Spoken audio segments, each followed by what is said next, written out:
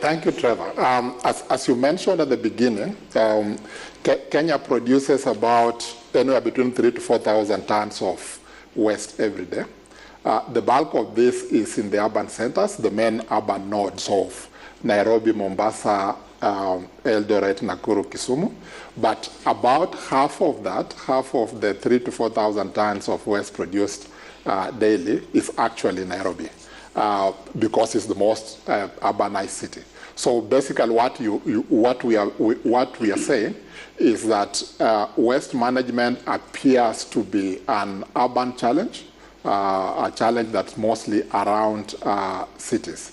For a very long time, the model has always been that the waste is produced, you get somebody with a truck to come and pick it and then dispose it off, and then what happens beyond there is unknown, or is nobody's business. But as you mentioned, people are now seeing opportunities around waste management sector. You just mentioned that the market opportunity is about $54 billion.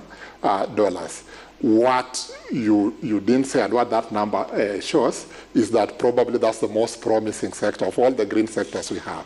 The 54 billion is probably a bigger market opportunity than you have in agribusiness, than you have in renewable energy, than you have in water, or probably than you have in forestry. What then that means is that a lot of people are beginning to see this opportunity and to find ways of accessing this opportunity. So in terms of regulation, we know that first of all, we have the Constitution, which guarantees a healthy and clean environment to everybody. That in itself is a trigger to action.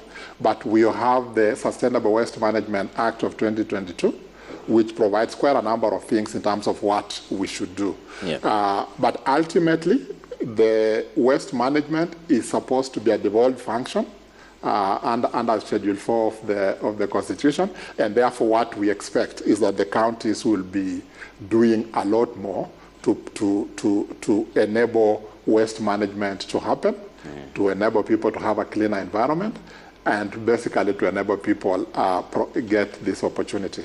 Quite a lot of the responsibility is given to counties under the law, under the Sustainable Waste Management Act. For instance, it provides that every county should ensure that whatever waste is produced within its boundaries is processed within that boundary. So if you take that to its logical conclusion, it means that the counties have got to provide the infrastructure. So the challenge we have then is not that we don't have appropriate policies in place. I think the challenge you have is one of enforcement, and I'm sure Ayub here will probably be speaking to that. The second challenge we have is that waste management has been left to the public sector largely because the efficiencies that the private sector would bring are still missing. The other challenge we then have is that we just don't have sufficient infrastructure in place, especially at county level. We don't have sufficient material recovery facilities. We don't have sufficient processing facilities to be able to take care of waste and ensure a clean environment. Okay. So I would say, in summary, the state of waste management in this country is still nascent, is still growing.